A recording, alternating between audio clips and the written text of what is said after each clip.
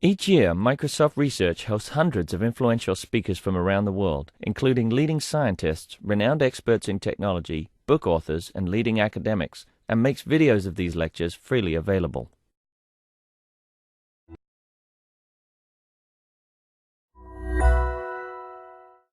Hi everyone, it's my pleasure to introduce Walter Lasecki. Walter is a PhD student at University of Rochester. He's working with Jeff Bigham and James Allen. He's a second-time intern at MSR. He's also a Microsoft Research Fellow. Walter is mainly working on interactive systems that are powered by the crowd and machine intelligence. And he's going to tell us today about those systems and the work he's been doing with us here at MSR. Awesome. Thanks, Ajay. So today I'm going to be talking about how we can use crowdsourcing to actually enable robust, interactive, intelligent systems that are versatile enough to be put in the wild with real users and see what happens. So this is work in collaboration with both Jeff Bigham and James Allen. And I'm going to start off today with a little bit of a background on human computation. Then I'm going to go through some of the existing work in crowdsourcing, something that's kind of laid the foundations for what we're doing these days. And then I'm going to look at how we can use this crowd agents model that we propose to enable truly deployable intelligent systems. And then a little bit about future work on that front. So human computation is, in many ways, a field revisited. In his book, When Computers Were Human, David Alan Grier kind of outlines the history of computers, not as machines necessarily, but kind of the role of a computer, or the word computer, back when it was someone who did computations. And it's a very interesting history because, of course, this role goes way beyond machines. So eventually, people were replaced by machines because for raw calculations, for simple math, machines just really can't be beat by people. But there are still things that humans can do that computers can't yet. And so we're seeing a resurgence in using people in a computational process. Now, more recently, you get a lot of human computation kind of in the form of crowdsourcing. But even crowdsourcing isn't new, right? Distributing to a large group of people is what the Works Progress Administration did in the 20s to compute large scientific tables. And they even had workflow processes that were focused around distributing the types of tasks that each worker was doing in a way that prevented similar errors so that you could recombine everybody's answer and get a more reliable result. So some of the differences between that and what you hear these days is, well, crowdsourcing is now an open call. It might be on the web. It might be to your user base. It might be to just anyone who wants to come along and help. But in this case, we're often worried about these malicious users, especially in kind of semi-anonymous online work. You don't have any guarantees that this person on the other end will actually do your task, will do it correctly, or has any expertise to do it. So you get quotes like this. So workers are inherently lazy and will avoid work if they can. Workers need to be closely supervised and a comprehensive system of controls developed. A hierarchical structure is needed with a narrow span of control at each and every level. Workers will show little ambition without an enticing incentive program and will avoid responsibility whenever they can. So this is a very pessimistic view of workers. But the interesting part is this is not about web workers. This is actually from 1960. And it's talking about regular full-time employees. McGregor was at MIT Sloan, I believe, when he wrote this book. But Theory X, the way he saw it, was not necessarily the full answer. And I'll get back to this before the end of the talk. But it's just kind of an interesting idea that we've already looked at workflows in this same light. We've already looked at workers as having needed these tight controls and incentive mechanisms. So what's different now? What do we know now that we didn't know 30, 40 more years ago? Are people smarter? Did they suddenly overtake computers in their ability? That's not it. Computers can still do what they could do much faster. In fact, if anything, the gap has closed between computers and humans. But what we do have is more technology around us, more computer systems, more distributed systems that all can communicate with each other and the user in a way that lets us integrate people and the way people work in a different way. So if you think about a traditional workflow model, right, a traditional hiring model, you hire one person, and if you want to make your system more intelligent, if you want to answer queries with human intelligence, then maybe you have that person sitting at a desk just waiting for you to ask a question. And they wait there all day, and maybe if you hold odd hours, you have to have multiple shifts of people just being paid to sit and wait. Of course, that doesn't really work, but now with online labor markets such as Mechanical Turk, you can hire a person to do a very short task, and there's someone always available on demand. In fact, you can even get a lot of people on demand and parallelize tasks that would have been impractical to parallelize before because you would have needed to hire all of these employees full-time. Now, there are differences here, of course. If you hire a full-time employee, you have some guarantee, or at least some expectation, that they're going to be around. But unlike traditional employees, crowd workers might come and go as they please. You never know exactly who's available, and often you don't learn enough about any individual worker to really have a guarantee on their expertise. Now, you can at least get these workers fast, and you see work like Adrenaline and QuickTurkit that have looked at actually being able to bring in a new person, but you don't know anything necessarily about that person. So the traditional fix to this is to take your task and break it up into a lot of different little pieces that people can complete quickly. And as long as they're completing them quickly, then you don't have to worry about this high chance that they'll leave before the end, before the task is accomplished. But if I distribute this to a group of workers, then I don't want 3 answers to come back most of the time. Most of the time I want a single answer for my question. So you have to start looking at ways to combine the multiple workers, which might provide you with more confidence, but in a reasonable way. So sometimes you might average, sometimes you might take a vote and select an answer, but either way, you're getting more confidence than you have in a single worker by using multiple people. Now, there are, of course, different ways to do this. So yeah, once the task is complete, you can put it back and select a new one.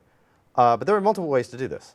So for some tasks, instead of looking at completely parallel workflows where everybody gets the same piece of information, they complete it, and then they all compare answers in the end, essentially, or the system compares answers for them, we can start to look at systems where there's an iterative process. You get slightly better answers as you take a task and pass it from one worker to the next, and eventually you converge on an answer and you can mark it as done and move on to the next piece. Now this takes a little bit longer, but you might be able to get more expertise in a lot of cases when you have people building on each other's solutions.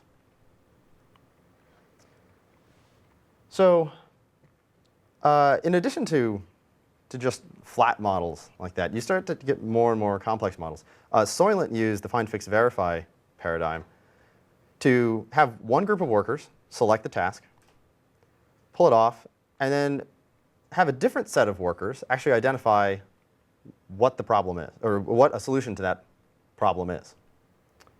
They could finally pass it along and have a different group of workers verify it. Because one of the problems with an iterative model is that at any point, if I'm passing it along from one person to the next, one of the workers could simply delete the content or make a change that makes it worse and makes it harder for other workers to complete their task.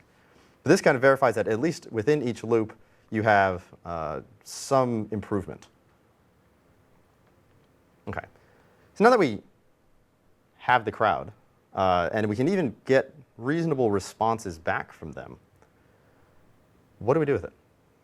Right? Great. We can bring human intelligence to bear on problems, but what types of problems are most interesting? And for this, we look at artificial intelligence, because in many ways they have the exact same goals, and they've kind of dreamt up what they want, but maybe don't have the final answer. So there's a lot of overlap in interesting problems here. So just as one example, conversational assistants have been a goal for a very long time. So ELIZA was the late 60s, I believe. The problem with systems like this were that they were very, very constrained. So you had a template of what kind of interaction the system expected. And if you didn't get that, then kind of all bets were off. If I start asking Eliza about booking a hotel, then all that happens is we end up getting into a very shallow conversation about who was messing up the conversation first. And even if you fast forward to today, we have much better attempts at conversational interaction with systems like Siri, or if you're a little less concerned with portability, Watson. But in both of these cases, they're still looking at very specific formats for the conversation. They're still looking at very specific use cases, if nothing else. But what we want is conversational assistants who can actually help us. We want whole intelligent systems that can not only come up with what our solution is, but think about our intents. Think about why we're asking this problem, and maybe even answer a question that we haven't asked yet. So things like conversational systems are something that can make people's lives a lot more convenient. But there are roles where this type of intelligent interaction can actually be much more powerful, can actually have a transformative effect on the daily life of users. So Jeff Bingham and I really focus on assistive technology for this reason. Because being able to provide a blind user with a way to interact with their desktop through conversation alone, or being able to help a motor impaired user use a predictive keyboard that actually has a better sense of what you're typing. Activity recognition for cognitively impaired and older users who might need a little assistance and prompting throughout their day to safely live unaccompanied. To things like captioning and transcription services for classroom settings where students who are deaf need to be able to follow along with the lecture, but it's very expensive right now to provide this using a single expert human. And even to things like visual assistants where a blind user can query their environment and find out more about their surroundings. So the takeaway from this talk, I really hope, is that we can power intelligent interfaces, this kind of more broad goal. But most of the examples that I will show you apply these intelligent interfaces to specific assistive technology problems. So remember, this is the basic model we have, right? Take task, break into pieces, send to people. But how do you control an interface? How would I break this task up into a lot of little pieces that individual workers can control? And this problem is actually what got me kind of into the crowdsourcing space, because I looked at it and I said, well, I mean, I understand human computation. You take a problem that your algorithm doesn't quite solve, you put some people in it, and then you get yourself a mission accomplished banner, and you're done. But it doesn't seem to quite work for this interface, right? I could break the task up by button, let's say. I could have everybody controlling an individual button, but that doesn't really get at the heart of the problem. We don't have any consistency between controls. If you imagine this is controlling a small commercial or like off-the-shelf robot. But you can see one of the options here is to extend the camera. And that's great, but if somebody chooses to do that to look over a barrier while someone else wants to drive under it, you'll break off the poor camera. So we want consistency between actions. We want like the whole of what the system is doing to be self-consistent. And also, but backing out, if we had things like breaking it down by frame, and I have workers look at the current situation, they say maybe I need to drive forward. Then we ask a whole different set of workers, okay, now what do we do next? Again, we have no consistency now across time instead of across the actions that are selected. So the difference between this and a normal task is that it is continuous. We have a person who is interacting with the feedback from a system, and they're getting this feedback as kind of constant input, right? And what they want to do, and if this is just a typical end user, they'll take off a piece of that task. Now, maybe in the interface control, it's knowing when to press a button or knowing how to react to some situation. And they'll perform a task and provide it as input back to the system. Now, another problem is that even that model is not as simple as it sounds, because if you're not able to keep taking new tasks, they're not going to slow down. The environment is not going to change because the way we selected to control the system has to wait for a set of workers to come back. So if this worker holds it too long, all these tasks are going to back up, and we're going to end up with incomplete sessions, or something's going to be missed in the environment. Now, in general, if we want to crowdsource this, we can look at just parallelizing the input. Right? So then, same type of task division, only now we're doing it with continuous streams of tasks. So the task comes in, each worker takes off a piece. But then what? We can't give the system 3 inputs at once. We can't even actually know that the workers all grabbed the same piece of the task. Maybe they saw different problems. So it's really this combination step that gets tricky. And at a high level, what we want to do is just merge them back together. But what that looks like is very domain dependent. So we started about trying to fix this by wanting to abstract away the crowd entirely. So what if we could look at the crowd, what if we could look at collective intelligence itself as an individual entity? We call this a crowd agent. So internally, you have some specific there are 2 mediators, a task mediator and an input mediator. The task mediator handles whatever breaking up a problem in your domain looks like, passes that to workers, and then the input mediator takes the worker's output and combines it all back together. But of course, both the task and input mediators are going to be very domain specific. So we have to start thinking about what do these look like? How can you generalize this model? But going back, and so I'll say real quickly, by providing a single user, if you can behave like a single user, if you can take input continuously and provide output as a single stream, and you can see the inputs and outputs are basically identical to what you would have if it was really just an end user. So we don't have to change the environment. We don't have to change the task that's incoming in any way. We can start to communicate with existing computer systems or existing users in a very natural way, and we just have to process this all internally. So looking back at the example of the robot, so this is kind of one of the first pieces of work we did, and I'll have the citations along the bottom there, so if anybody wants to kind of follow up, I'll be happy to answer any questions, but that might be a nice resource. So what we're looking at is even more general than just controlling a robot. How can you control the interface that controls the robot? Right? How can you actually take any UI that's out there and control it with the crowd?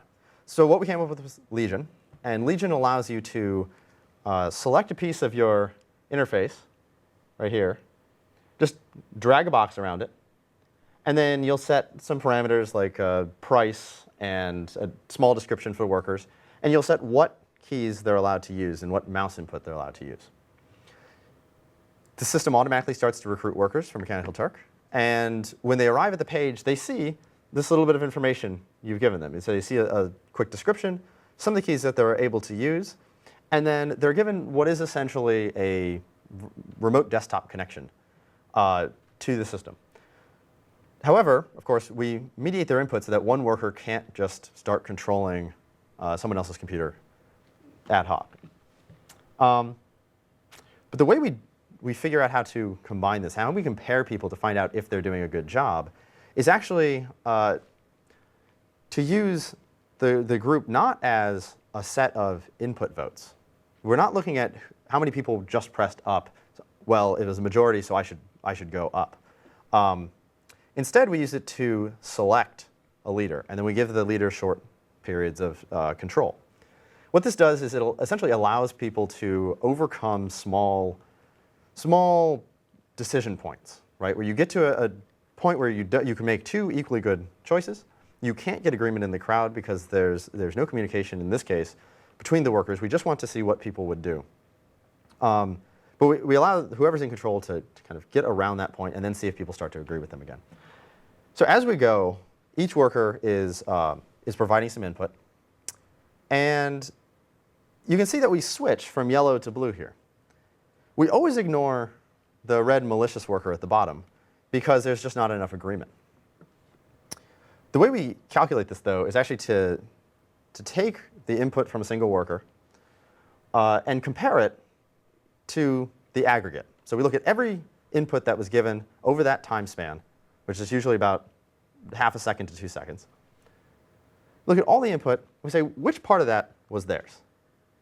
And we can compare this by looking at the vector cosine, which is essentially the projection of the vector of input from the single user onto the crowd's answer. And we assume that the crowd is correct. Yeah? So you have to get all this whole bunch of input before you actually decide who's the leader and who gets to control the robot?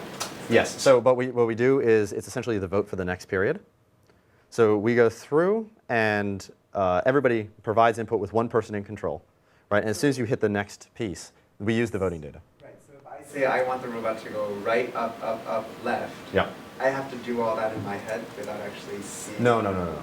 So we're letting one person control the specific instance, but we're looking at how much they agreed with other people who were concurrently controlling to select who the next leader is going to be for the next 1 second span. So you're being rated based on your historic performance, and then we pick the best representative from the crowd going forward.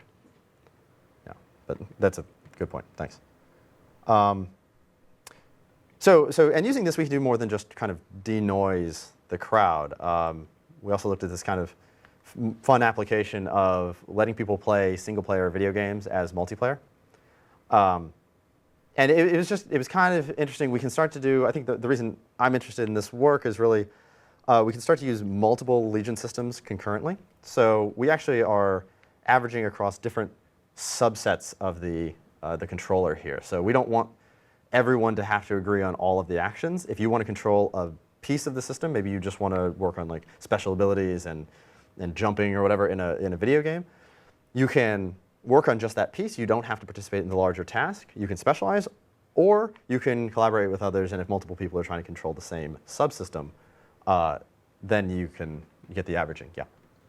So is it confusing for the workers to give input and kind of seeing that their input is not followed? Yeah, So it's like if the person says go right, I want to go left, then I see it going right, and I kind of need to make a decision again. Right, yeah, so you have to kind of adapt to the fact that, yeah. Like, how is that Mediated. interaction goes?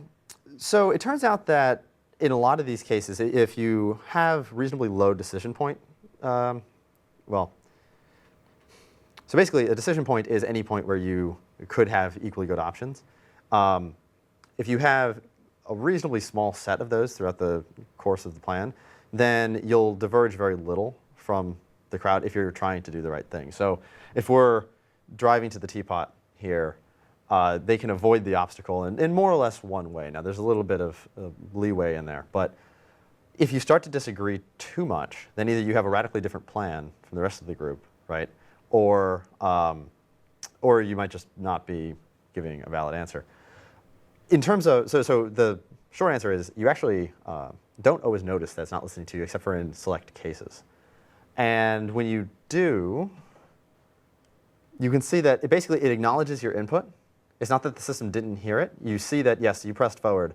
But it does tell you, the workers are informed that they're working as part of a group.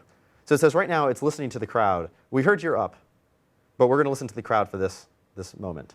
And because you can't take too large a step away from what you were just doing, the replanning process for people is very simple. So if it takes a slight right, there's not a huge cognitive difference there. And the advantage of doing this instead of doing some simple majority voting at every step is you want to have some kind of continuous decision making coming from the same person, or is it the time delays? What is that? So part of it is that we want a continuous decision process throughout. And what you get is because we're ranking similarity, the people at the top all tend to agree with each other. So even if you switch who is in control for that small moment, the general plan is usually the same. But the real big advantage is, yeah, you get to make these decisions online. If you stop and vote first, it greatly slows down the system. If you have to actually react to things in the environment, it slows it down. And what we were able to show, actually, and I don't have the chart on here, but is that compared to other simpler input mediation strategies, this actually is not only faster, but more reliable. So the average time, if you just gave it to a single person, tends to be a little bit slower. It's like 10-20% faster, sorry. 10-20% faster than if we did it with the crowd using this mechanism. But they only complete 40% of the time. And in our trials, I think we completed 100% of the time using this. So you get both the kind of the combination of speed and reliability. Other approaches that were similarly reliable took 2-3 times as long, often to even complete a simple task. Did you have a? Okay. All right. So it can be applied to other interesting domains. But one thing that Legion kind of relied on is the fact that all of the workers could concurrently complete the same task, and would do so in a somewhat consistent way. But what if your workers are not actually able to do any of them are actually able to do the task itself? And we see this problem in captioning. Professional captionists are really highly trained, take years of training in classes to be able to type 300 words a minute, which is actually physically impossible on a regular QWERTY keyboard. So they also have to train to use these QWERTing keyboards that are stenographer machines, essentially, if you've ever seen one of those. So we're not going to find any of these people on Mechanical Turk. We certainly are not going to find 5 of them. And if you consider that the average stenographer charges something like $100 to $300 an hour for their services, we don't really want to find 5 to run concurrently. But using the same model, right, where we have the task broken up and then sent to many different workers, we can actually just have workers type what they can. And we can divide up the task or just kind of have people self-select from the task. It turns out dividing is a little bit more consistent because you get natural saliency adjustments throughout the stream. So I, for example, might always caption the first word, and everybody else in this room would too, but we might miss like the 10th word after that. So we can divide up the task. We can ask people to type however fast they can. 40 to 60 words a minute is plenty. And then by using multiple workers and an alignment process that stitches everything back together, we can actually still cover the complete stream. So we can get this full answer, and what we do is use multiple sequence alignment. There's a separate paper here that looked at how we can use an A-star search to actually improve this to a point where we can run it within under a second and get some error bounds on the correctness of the alignment itself.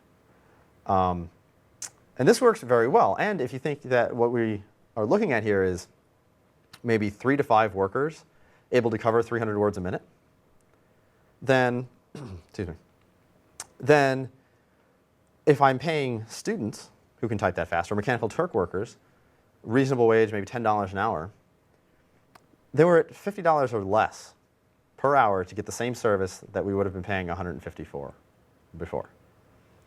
So you can make the, and this is also able to make the problem approachable by more workers. So I couldn't contribute to professional captioning, even if I really wanted to, even if I would charge less, even if, no matter what I did, I couldn't do it. But by lowering the barrier to entry using this system, what we're able to do is say that we have a much bigger worker pool, and we can make this service available much more on demand. What you end up getting if you go into a university, for example, and you ask them, what would it take to get accommodations for a deaf or hard of hearing student to just get captions in the classroom? And it turns out you have to give at least 24 or 48 hours notice that you need this, and you have to be on file in advance with the Disability Service Office just to be able to get the support. And it's because they can't schedule anyone any faster. They're not always available, and they might be overbooked. So we can actually make this service not only cheaper, but more available by using non-expert workers in this way. So kind of along the same lines, looking at tasks that individuals cannot complete themselves, we have activity recognition. The problem here is not that people can't identify the activities, just like they could hear the words on the other, in Scribe.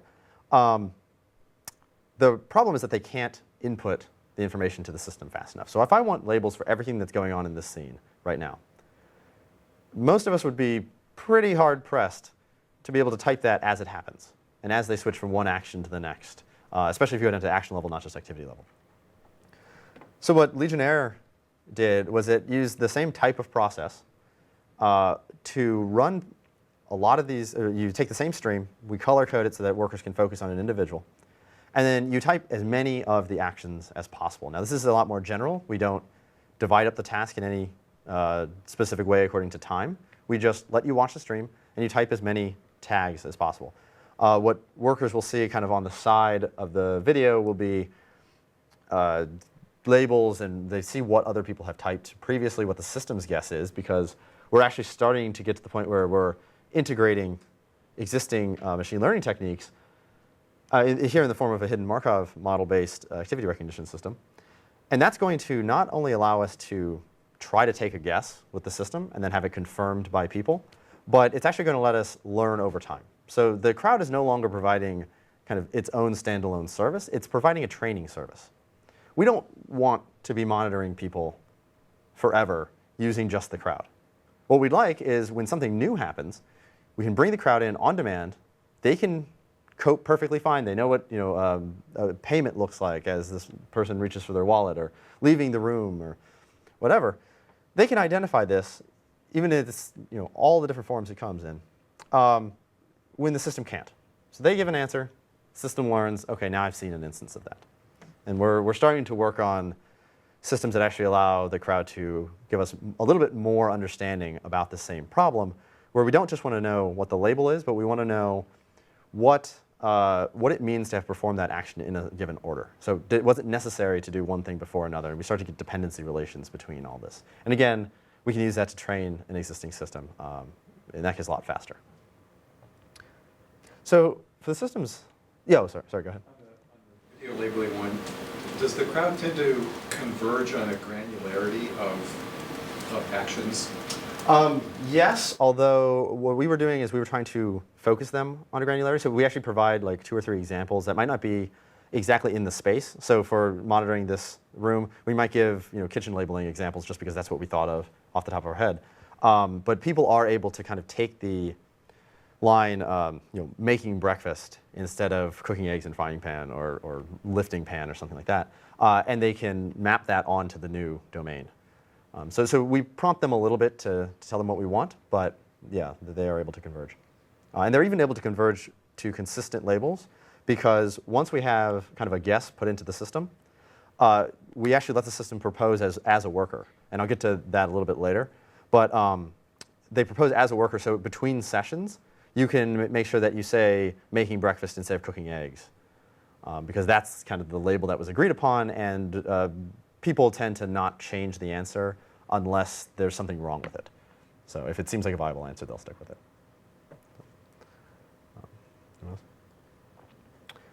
Okay, so in all these systems that we've looked at so far, we are able to give natural language commands to the system, whether that be in the case of these examples for activity recognition or directives on what to control or what the goal is for Legion in the control task. And we can even capture, we can actually capture people's speech using something like Legion Scribe.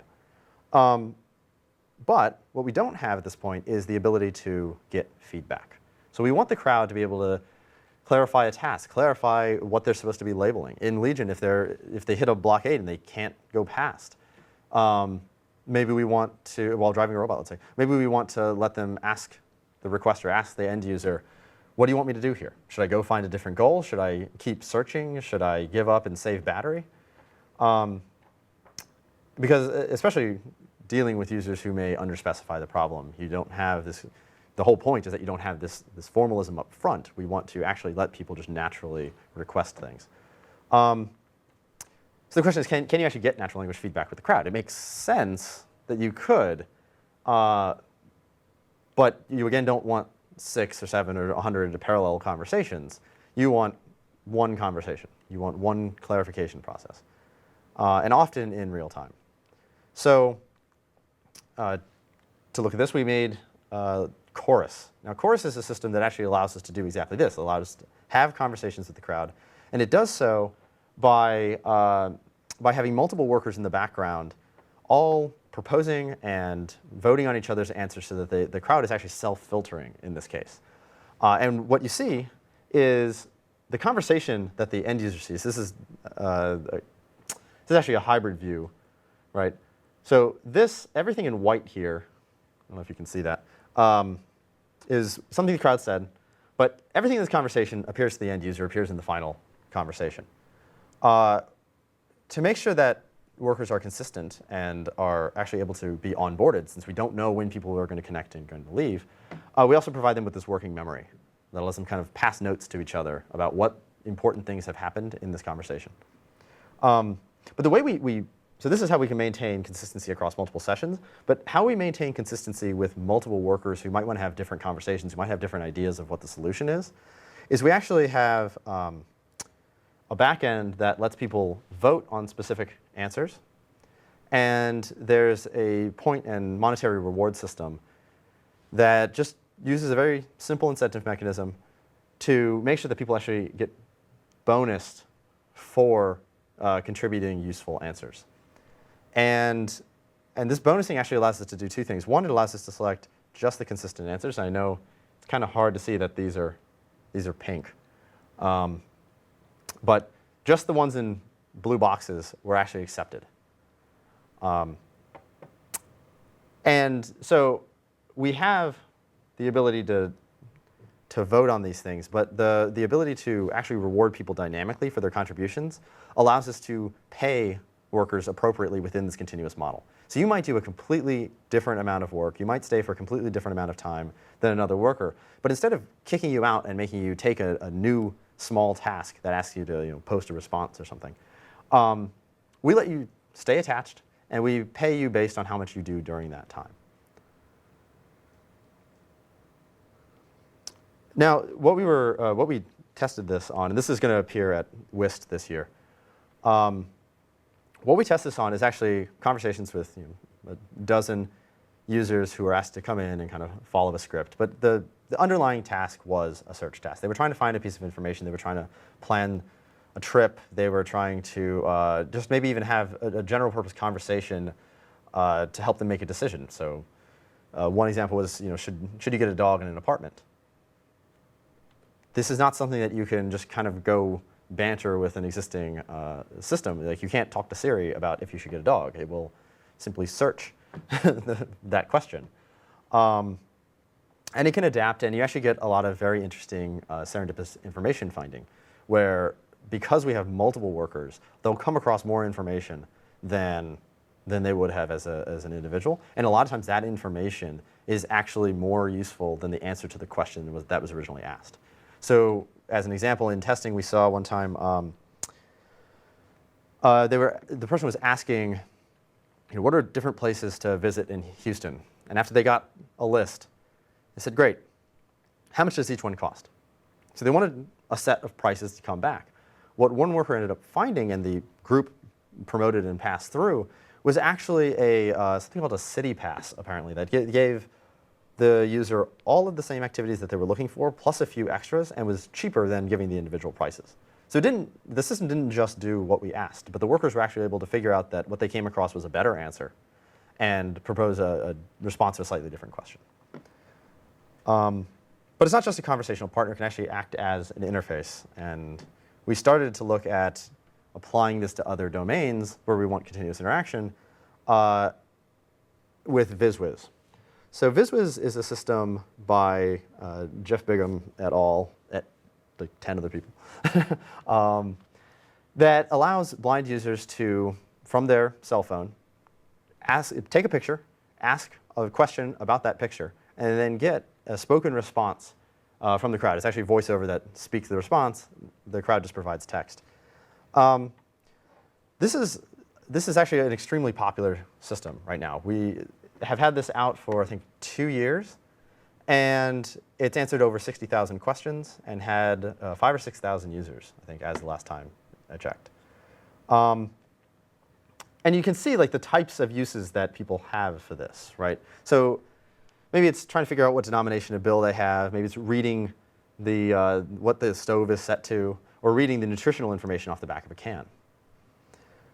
And while the system has been extremely successful, there are situations where an image alone is just not enough information. It, as you can imagine, is very hard to frame images.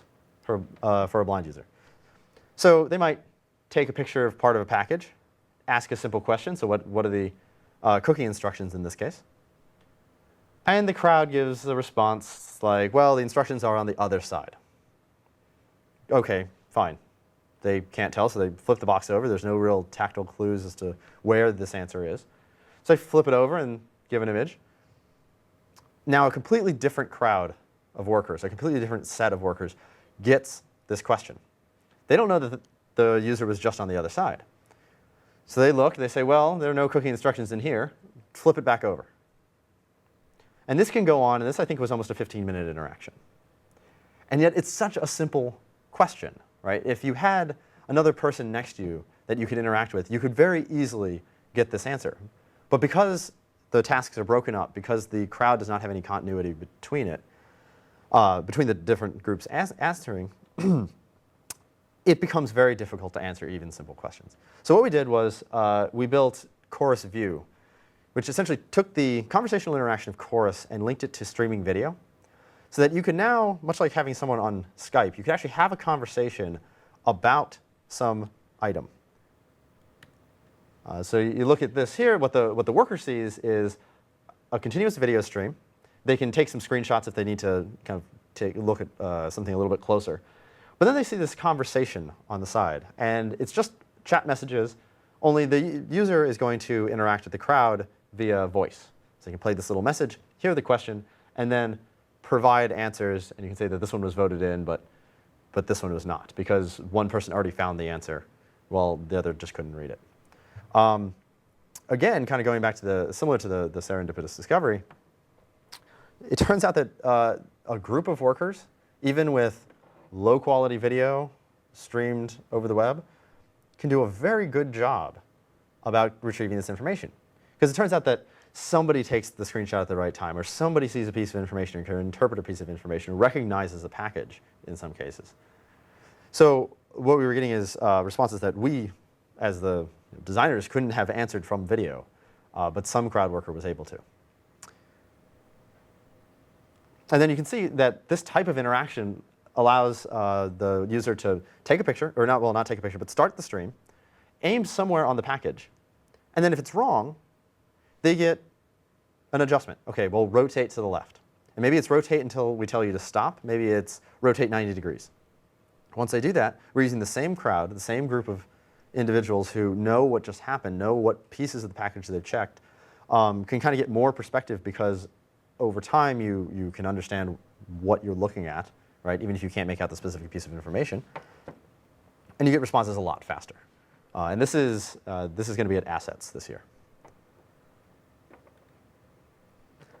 OK, so what's next? Well, we want to finish kind of formalizing this model. You can think of this in terms of being a dynamic system, or modeling this using control theory. But we want to know, like, what can you get out of this crowd agent model if you formalize it? Maybe people are too uncertain, but you can still give some error bounds if you assume you know something about the workers themselves. And hopefully this isn't a very flat assumption like a lot of incentive models are, where people will strictly optimize for some fact. And then we want to start really deploying these systems in the wild. We have been able to use real users to test these things, but we haven't just seen what happens if you give people an intelligent interface. And I don't think anybody really knows yet, right? You've always had these very limited scope, very limited release systems. Siri at least had a large release, but only handles something like 15 functions, and they're reasonably straightforward. And then we need to address some of the security and privacy concerns that this brings up. Because if you look at all of these systems, we're streaming video to the crowd. We're giving personal information, maybe about location, so we can find a restaurant via chat. Again, so this is video. We're streaming audio to the crowd. We have all this this visual data, even in the form of images, which might contain information that you didn't want to share, either personally identifying information, or something like catching a credit card in the background of a picture, or catching something about maybe a mailing address because there's a letter left on the desk here. So it's very easy to capture information that we maybe didn't want to make public. So that's what I've been working on this summer. And I've been working with Jamie and AJ on this. And we started by really just wanting to know what are the threats. If you think about attacking a system, you would need one malicious worker to be able to find out information from a task. So if somebody accidentally captures their credit card, it only takes one person to corrupt that. But if I wanted to actually give the wrong answer, if somebody takes a picture of a can of peas and you want to make sure that that person really thinks it's a can of corn for whatever reason, if you wanted to provide, which might actually matter for algebra reasons and all this other stuff, but what you really need is a majority, right? So there are two different manipulation types, but where we can find workers for this, and I should point out that this is to find a piece of information, but finding the task that contains that piece of information is much more difficult. You probably have kind of a needle in the haystack problem. So you want one worker per task maybe, but you need a lot of workers to find those tasks. So in either case, you have a bigger benefit from having a group. And one of the easiest places to recruit a group of users is the crowd itself. So could we actually attack crowd-powered systems with the crowd? So the first thing we look at is, how could we extract information? We want to get that credit card. I've stopped using my own. I want to use somebody else's now. And we set up this task where when the worker gets to the task, they are asked to click this big button, and that immediately forwards them to a task posted by a different requester. And that's just a very simple, like, tell me what's in this image. Maybe it doesn't even know. Maybe the requester of this inner task doesn't even know. So this target here is being attacked. And we want to know, can we get people to return us the same information to the attacking task? So the first example we looked at was this hopefully very easily identified fake credit card. It's not real. It's drawn. The number is 12345. Nobody's going to really confuse this with someone's actual credit card.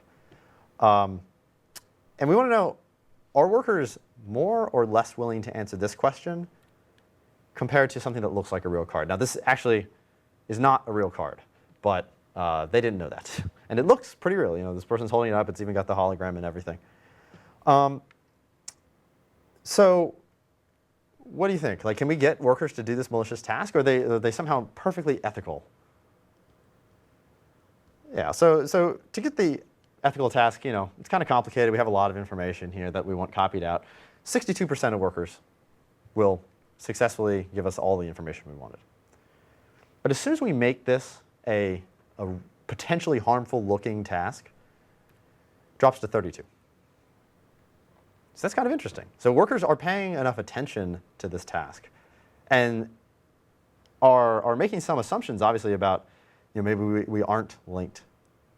Maybe we don't own both tasks, right? Because we certainly didn't post the same requester. They have no way to know that we're the same person. And obviously, they think that there's harm, or at least this appears to be the case. Now,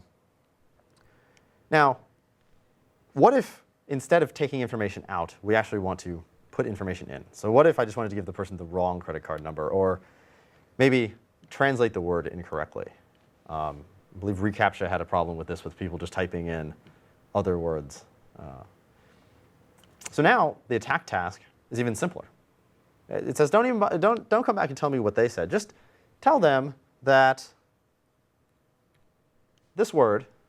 Can anybody tell what this word says? Anybody want to take a guess? Okay, so it's a little ambiguous. It could easily be gun, or fun, or sun, or lun, or fur. Sun. So tell the person that requesting the task that this is sun. And kind of, see that, sure. On the other hand, our second condition was, look at this word, and I'm sure more people can make it out. Also tell them that's sun, right? It's basically the same. And so 75% of people were willing to say that this was the word sun. Seems kind of viable until you consider that if it wasn't suggested, only 12% of people actually said that this was the word sun. Most people actually thought it was gun, it turns out. Okay, but so they're suggestible. Maybe we bias them a little bit. Maybe we convinced them that this was the right thing to do. Maybe they were just willing to listen to us because it didn't seem harmful. It seems like that's a plausible answer. Not as many conditions over here. They can't really think that this is a viable answer. And sure enough, we dropped to just under 28% of people who are willing to give us the answer we asked for when it's clearly incorrect. So this is on some levels promising, right? It means that there are workers out there who will see this as being a kind of ethical decision to make between these two different tasks, and will respond at different rates.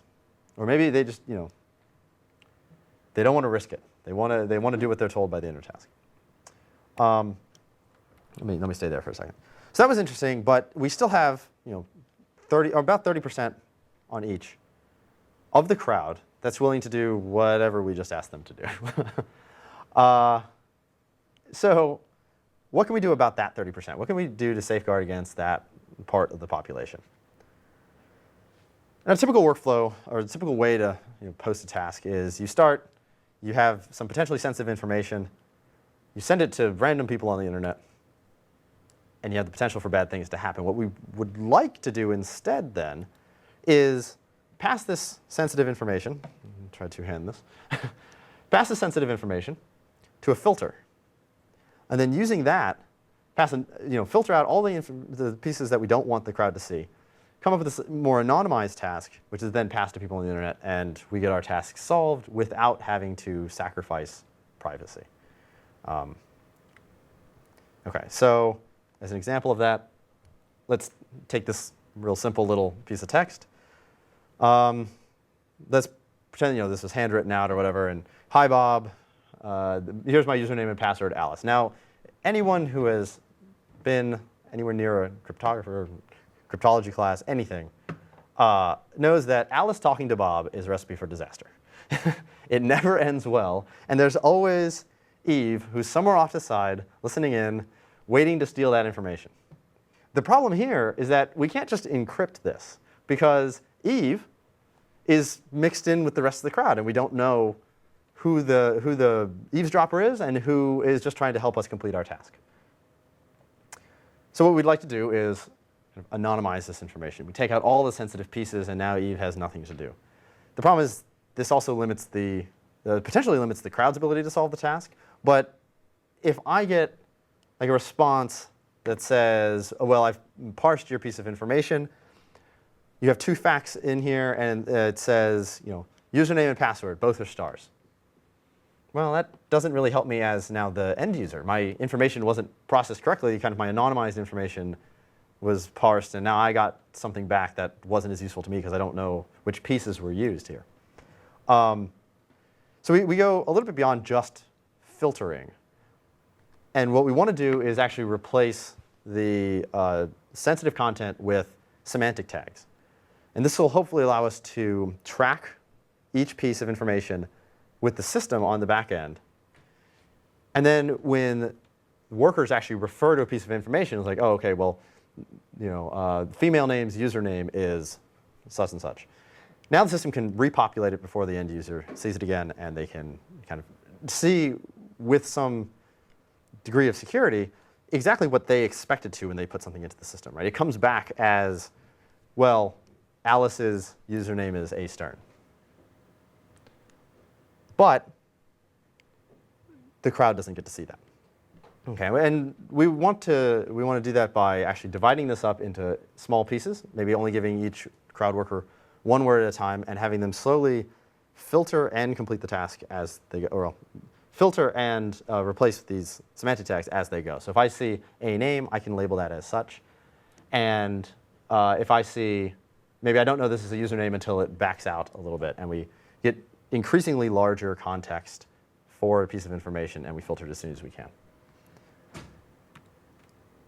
All right, but even if we filter out all the information, this is kind of going a little bit beyond now, beyond the internship here and beyond what we've previously discussed. So even if we can filter out this information, we have like an anonymous crowd who can give us responses. They're good responses. They don't reveal any personal information. we still have a scaling problem with crowdsourcing. If, kind of in the extreme, imagine if everyone on Earth had a crowd-powered system running from their phone. Doesn't work. Where do you find the people? Where do you find 10 people to power every person's system? Even with time sharing, it just doesn't work out right. Now that's pretty far in the future, but even for cost reasons, we probably want to minimize the amount of people we hire for these tasks. So can we actually increase automation? Can we use this same model that has allowed us to stop thinking about the crowd as a collection of noisy workers and just look at it as a single entity that gives us a reliable answer, to actually provide training data, or maybe even go beyond providing training data and provide understanding structure to the final system? Now, within the crowd agent model itself, what we can do is, when we look at this general process, right, we have a bunch of people, well, a bunch of entities completing tasks. And they're doing so in a continuous system, but the model itself doesn't actually know whether this person is a human or a machine. So if we can start replacing some of the contributors, some of these noisy contributors that we're assuming, with noisy automated processes, even if they get the answer wrong, our expectation is that the system as a whole, by using agreement with human workers who can kind of catch these errors, maybe provide good input themselves, we don't have to, in this merging process, propagate that error. And what this means for an interactive system is that we're able to use the system with maybe flawed or only partially capable AI in the background.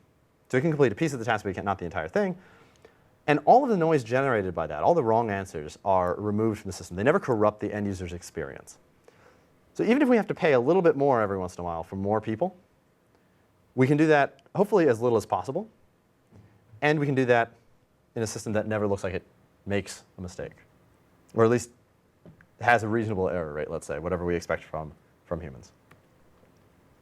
So just to briefly recap here, I started by talking about some of the background of crowdsourcing and how interactive systems can go beyond this kind of divide and batch process model that has been mostly completely pervasive so far in crowdsourcing recently. And then talked about how we can really use this crowd agents model to go beyond just simple interactions with the crowd, become more interactive with our systems, actually power intelligent systems that can speak back, can have conversations, and can be consistent across long ranges of time. And how that starts to point to kind of truly intelligent systems that we can put into the wild. And right before I finish up here, I promised I'd get back to this quote. So, this is kind of interesting because I think this points to kind of the interesting future of crowdsourcing, or something that we as a community should look at going forward. That is, so this is actually wrong. Empirically, from years and years of practice, managers don't think this, at least not anymore, right? If you oppress your employees, if you take each one and say, I'm going to micromanage you so that you never waste a second, and you put these systems of control with a narrow span of control on workers, they don't actually work more, they're not actually more productive, right? And McGregor didn't actually believe that this was the answer. He believed this is part of a spectrum. And kind of the other side of this was what he called theory Y. And that says workers are self-motivated. Workers want to be doing a good job. They have some pride in their work. And what managers are supposed to do is not put them into these rigid structures of control, but actually just enable them. And I think, for people working here, that's certainly closer to what their day-to-day experience is than being told every minute of the day what to do and maybe having to file TPS reports. But I think just now crowdsourcing is starting to get away from this thought and come into this belief that workers can be leveraged in different ways, can be leveraged maybe as more self-motivated employees if you just compensate them fairly. It'll be interesting to see what the crowd community can learn, not just from management science, but also from cognitive science, psychology, operations research, and all these other fields that I think have set a lot of the precedent in the same type of work, but with in a different domain, where now crowdsourcing can come and extend this to more complex tasks, more dynamic tasks, and really change the way that we do business. So, thanks.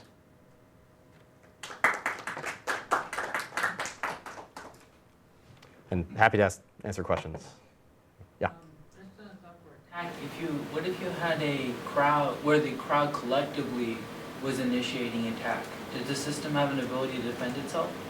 So, for example, if you had 4chan or Anonymous or somebody kind of come out. So if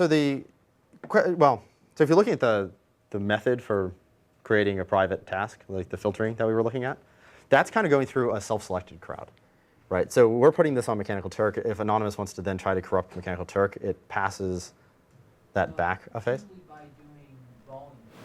Yeah. So your crowd source is only so large, Yes. naturally.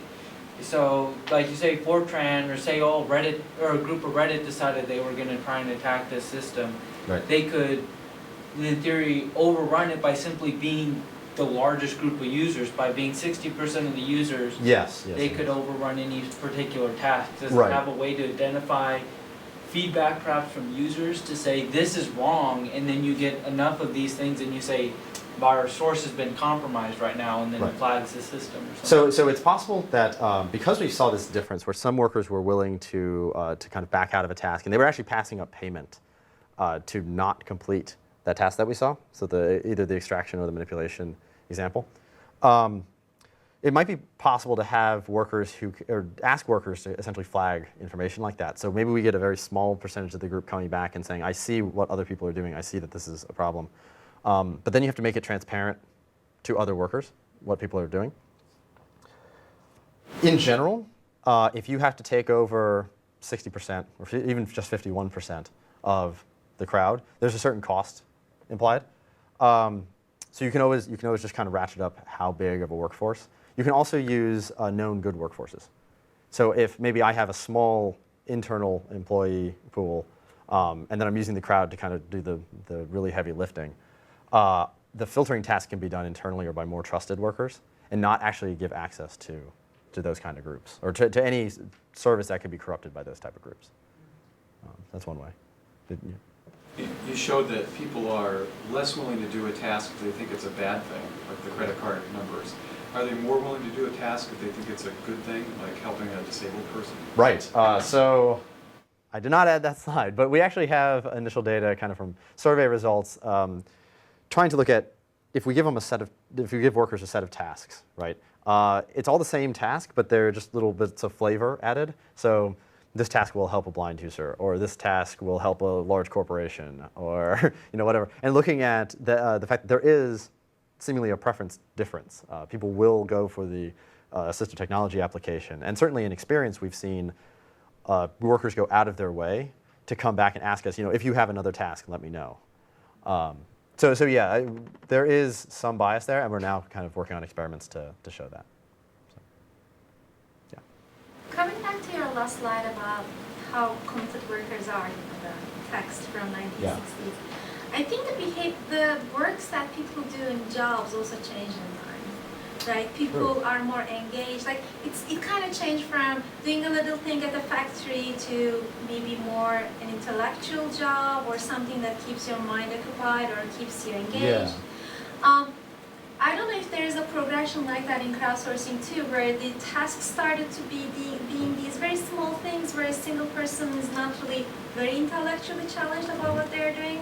But hopefully we will give them tasks that will be more, interesting or engaging than doing these small pieces. So I'm kind of wondering if that will have some kind of an influence too. So in my experience, I think it will, because if you look at some of the feedback that we've gotten from workers in these continuous tasks, where they can stay for longer periods of time, we're not constantly interrupting them, we're letting them kind of invest what they think is necessary in the task. So if you want to go and really do a lot of research to bring an answer back to Chorus, that's great, and we'll try to reward you for that. But it's not necessary. Like, you could just give the basic answers. You can opt in when you want to answer and when you don't want to answer, that kind of thing. We give a lot more freedom. We give a lot more kind of provenance of the data, I guess. You're really not seeing the the individual worker contribution, but the worker themselves sees that they get more points and things like that. So there's, I think, a lot of different levels of engagement and a lot of different levels of kind of commitment to a specific task because you can stay for a longer span. So that hopefully is even supported by the continuous model. But I agree. Yeah. When you were using the crowd agent to train the hidden Markov model for the video, Yeah. did you find that to be a reliable method of training? Well, so what we were doing there is actually having the crowd come up with label sets that were exactly the same as an expert would have. So they're basically, it's a correlated time range with a label. So because, and I kind of mentioned this in my answer to John, because we can get consistency across what we were calling the activities by taking a guess with the system and trying to pull people towards consistent answers, then we could kind of relabel making breakfast every single time we saw a different type of, or a different course of action that went into making breakfast. We were still able to come up with the same label, so the system could get trained. It didn't have like 400 different labels for a single activity. So then at that point, it just kind of converges to what an expert would do right now. But we can do it online, which is one thing, yeah.